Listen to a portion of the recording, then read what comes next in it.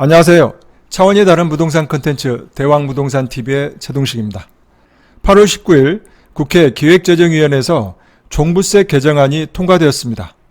이 종부세 납부 대상을 공시가격 상위 2%를 대상으로 추진했으나 폐기되었고 1주택자의 공제금액 기준을 공시가격 9억 원에서 11억 원으로 상향하였습니다.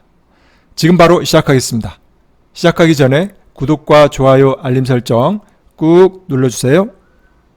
이번 종부세법 개정안은 8월 19일 국회 기획재정위원회 조세 소위에서 여야가 합의해서 의결하였습니다. 주택가격 상승으로 인한 1주택자의 완화와 이 상위 2% 적용 시에 11억 원에 해당되기 때문에 여야가 합의하는 데 의견을 모았고요. 1세대 1주택자 과세 기준 금액을 상향하였습니다. 추가 공제액을 3억 원에서 5억 원으로 올렸는데요. 민주당은 고액 자산가에 부과한다는 이 종부세 취지를 고려해서 과세 기준을 상위 2% 정률로 수정하고자 했으나 조세체계에 어긋난다는 비판론을 막판에 수용해 정액 기준으로 정한 것으로 보입니다. 이번에 종부세 개정된 주요 내용입니다. 1세대 1주택자에 대한 종부세 과세 기준액이 바뀌었는데요. 이 종부세는 인별과세죠. 그리고 공시가격입니다. 실거래가가 아니고 공시가격 기준입니다. 그래서 현행은 단독명의일 경우에는 9억 원, 공동명의일 경우에는 6억 원씩 각각 공제가 돼서 12억 원이 공제가 되었는데요. 개정안에는 단독명의일 경우에는 9억 원에서 11억 원으로 2억 원이 상향되었습니다.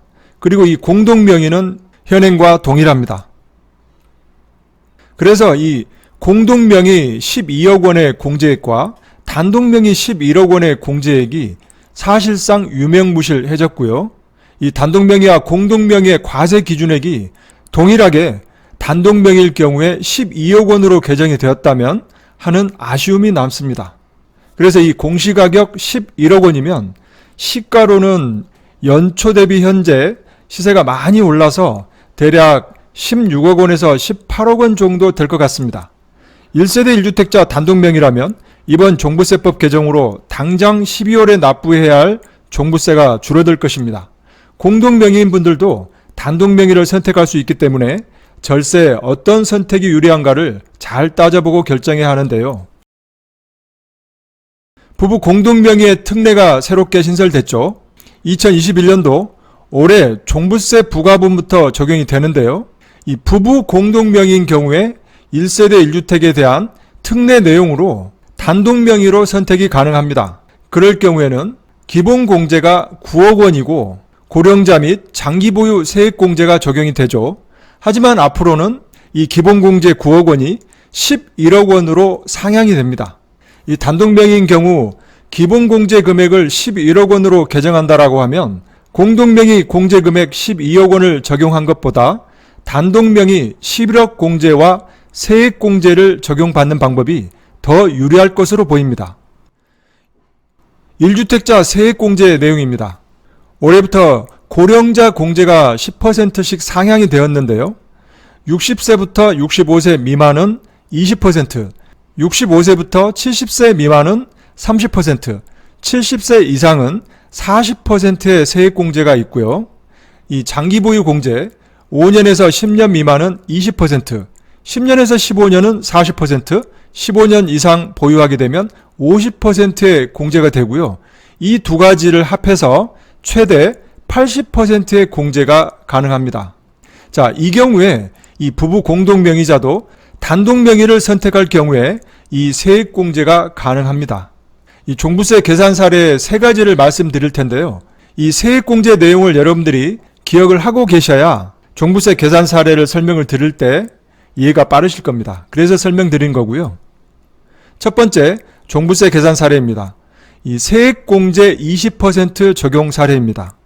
이 공시가격이 20억 원이고 5년을 보유했고 56세이고 1세대 1주택자 단독명의이고 재산세에서 도시지역분과 지방교육세를 포함한 내용입니다. 자, 이 경우에는 이 단독명의인 경우에도 보유공제 20%가 적용이 되고 고령자 공제는 만 60세가 되지 않기 때문에 적용이 안 되죠. 그래서 이 세액공제 20%가 적용이 된 사례입니다. 이 현재는 재산세와 종부세를 합해서 1,343만 원이 예상이 됩니다. 하지만 법 개정이 되면 이 종부세가 675만 원에서 500만 원으로 175만 원이 감소됩니다. 그래서 1,168만 원이 나옵니다. 이 175만 원이라고 하면 그래도 꽤 큰 금액이죠. 다음 사례는 세액공제 40% 사례입니다. 보유기간이 10년이고 나이는 동일합니다. 그래서 장기보유 공제를 40%가 적용이 된 사례입니다. 이 현행 기준으로 볼 때 이 종부세는 506만 원이 나오죠. 그래서 보유세는 1,174만 원입니다. 하지만 앞으로 종부세법이 개정이 되면 종부세는 375만 원으로 총 1,043만 원이 됩니다. 그래서 131만 원이 현재보다 감소하게 됩니다. 다음은 세액공제 70% 사례입니다. 보유기간은 10년, 두 번째 사례와 동일하고 나이는 66세로 고령자 공제를 받는 가정입니다. 그래서 이 보유공제가 40%, 고령자 공제 30%, 그래서 총 70%의 세액공제가 되는 사례입니다. 법 개정 전 현재는 253만 원이 나오고요. 그래서 총 921만 원입니다. 하지만 앞으로 법이 개정이 되면 올 12월 달에는 종부세는 187만 원으로 총 855만 원, 그래서 66만 원이 감소합니다. 이 종부세 계산 사례 1번부터 3번까지 내용을 보면 세액공제가 클수록 감소되는 금액이 적어지죠. 그리고 이 계산 사례 세 가지는 1세대 1주택자 단독 명의의 가정이었습니다. 다주택자인 경우에는 이 법 개정이 된다고 하더라도 감소되는 세금은 없습니다. 마지막으로 향후 시장 전망입니다. 이 4,4,5입 그리고 상위 2%라고 하는 이 정률 기준이 철회돼서 이 부분은 다행입니다. 그리고 1주택자에 대한 종부세 부담은 완화됩니다. 하지만 체감적으로는 미미한데요. 이 공시가격 9억 원이라고 하는 심리적 기준선이 11억 원으로 후퇴되었습니다. 그렇다 보니까 시세로는 15억 원에서 18억 구간 정도가 될 것 같은데요. 이 구간의 매물 거래는 증가할 것으로 예상이 됩니다. 세 번째는 1주택자 입장에서 이 단독명의와 공동명의의 차별은 아쉬워 보입니다. 단독명의일 경우에 11억, 공동명의일 경우에 12억 원이 공제가 되는데요. 1주택자 입장에서는 매년 단독명의가 유리한지 공동명의가 유리한지를 각각 계산을 해서 선택을 해야 될 것 같습니다. 상당히 귀찮겠죠. 그리고 네 번째, 이번 종부세 개정안은 주택시장 안정에는 역부족일 것으로 보입니다.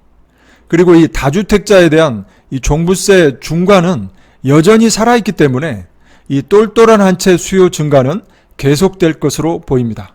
이 국민의힘 간사인 유성걸 의원은 원칙에 어긋나는 형태의 조세는 안 된다는 것이 우리의 주장이었다. 억 단위 4,4,5입 자체도 안 되도록 관철했다며 이 금액은 여러 방안이 있었지만 12억 원이 11억 원으로 됐다고 말했고요.